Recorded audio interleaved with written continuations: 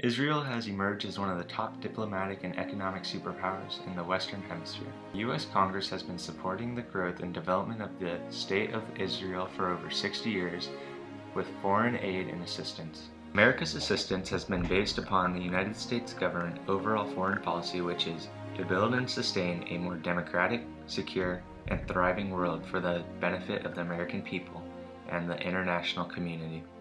Relations have evolved from the sympathy and support for the creation of the Jewish homeland and the national security of American citizens.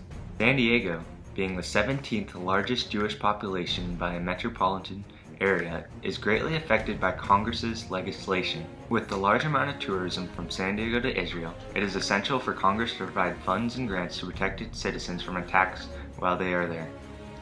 To understand fully how Israel became a country, and as well as a foreign ally, we need to go back in time to the start of the Jewish state. Around 1880, Jewish settlers poured into what is known as present-day Israel and started buying off land from Arab settlers. During this time, the British owned the land but didn't really see any use for it, but were sympathetic to the Zionist cause and created the Balfour Declaration and the British Mandate. The Mandate declared that there is a historical connection between Palestine and the Jewish people and that they should help with the establishment of a Jewish homeland. Behind all this was David Ben-Gurion, which would become Israel's first prime minister. He saw the future and potential that Israel could bring. By the mid-1930s, the Jewish people had a foothold in Israel with their economic and military investments. In 1939, British ended all Israel relations set forth by the Balfour Declaration and issued the White Papers. The White Papers stated that they would establish a Palestinian state in 10 years with an Arab government, and Jewish immigration would be under Arab control as well. This made the Jewish settlers incredibly angry and frustrated. When World War II broke out, Ben-Gurion said, "We shall fight the war against Hitler as if there were no White Paper, and we shall fight the White Paper as if there were no war." The White Papers restricted immigration in a time where over 6 million Jews were being killed in the Holocaust by Nazi Germany. This information spread around the world and brought supporters of all kinds to create a Jewish safe haven. When the war ended and thousands of Holocaust survivors were left as refugees with no homeland, President Truman pressured Britain into allowing them to settle into Palestine. Countless battles broke out, and the Irgun, the Jewish underground militia, was fighting for survival in the State of Israel. Finally, on May 14, 1949, the Jews declared the establishment of the State of Israel. The British renounced its mandate in America, and dozens of other countries recognized its right to be a state. Since the beginning of the creation of a Jewish state, Israel has been in an ongoing battle with its surrounding countries. With countless wars such as the Yom Kippur War and the most recent war including Gaza, the U.S. has backed Israel every time with money and supplies, but above all, support and recognition of the country. Since 1974, the U.S. has almost given $100 billion in aid to Israel to support the preservation of democracy in the Middle East, as well as supporting its greatest ally. America has sent funding for the production and development of additional Iron Dome batteries and interceptor missiles. This was approved by the United States Congress and requested by President Obama. The Iron Dome has shot down 9% of all missiles that were shot into Israel beginning in April 2011. The Iron Dome has saved my life and protected the safety of the State of Israel thanks to the financial support of Congress. According to a recent poll in 2014 by Gallup, 62% has sympathized with Israel and approved ongoing pro-American support.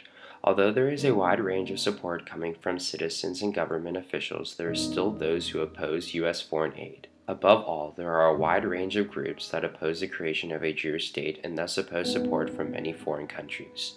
There are some sides that believe that money should be spent on American issues rather than foreign policies, but those people do not know my story. Last summer, my dad and I took a trip to Israel. It was the first time I've been back in 14 years, so I was eager to see my family and visit some tourist sites.